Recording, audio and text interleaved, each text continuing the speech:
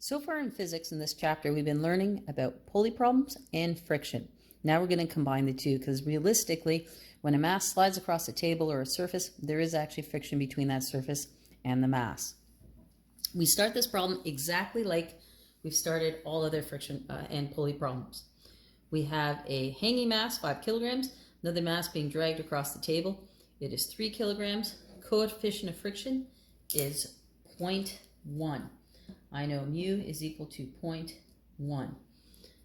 We start with our free body diagrams. So our first mass here is 3 kilograms. Pulling it across the table is the cord or the rope. That's my force of tension. Preventing it from sliding is the force of friction. So this is the new part. We didn't used to add that one in. Force of friction we know is equal to mu mg. Mu is 0.1. Mass is 3, G is 9.8. Plug that into your calculator, we get 2.94. Our second mass, our hanging mass, 5 kilograms. Pulling it down is the force of gravity. Force of gravity is equal to mg, which would be 5 times 9.8, which works out to be 49 newtons. Preventing this mass from free falling down is the cable, the rope. We call that the force of tension. This force and this force are exactly the same. Next thing we do is we write out our F-net formulas.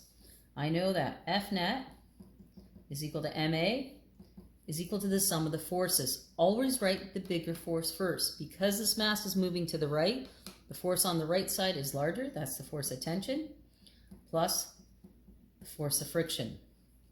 Plug in what you know. We have 3A is equal to the force of tension minus the force of friction, which was 2.94. It became minus because the force of friction is in the opposite direction. Let's move on to the other mass.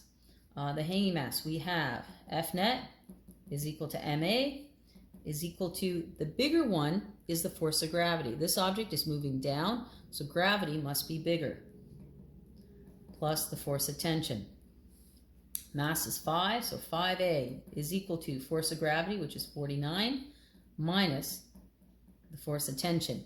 Now I have two equations and two unknowns. You know different ways to solve this in math. You can use a different way if you like. I like substitution. So in order to do that, I'm going to solve one of them for Ft.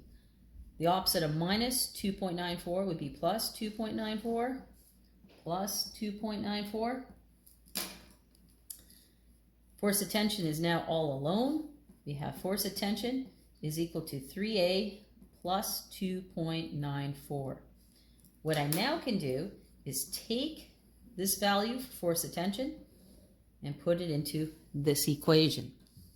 Just going to move my paper up. Let's keep going. We have 5A is equal to 49 minus, I like to keep this because it's one unit, as a package in brackets, 3A plus 2.94. We have 5A is equal to 49. We're going to use the distributive law here. Minus times 3A is minus 3A. Minus times 2.94 is minus 2.94. Now, all I have is A. I can get A all alone. The opposite of minus 3A would be plus 3A. Plus 3A. 5A plus 3A is 8A. Is equal to 49 minus 2.94. I can subtract those two numbers. 8A is equal to 46.06. To get A all alone, now all I have to do is divide both sides by 8. 8's cancel out. A is equal to 5.76 meters per second squared. So I've solved for A. Now all I have to do is solve for the tension force. In order to do that, I could just plug this A back into one of my two formulas. I could put it into here or here. I'm going to do this one because it's already solved for force of tension, but both will actually work. I know force of tension is equal to 3A plus 2.94. So I'm going to have 3 times 5.76 plus 2.94. Once I put that in my calculator, I end up with 20.22 newtons. So now I've solved for my force of tension and my acceleration.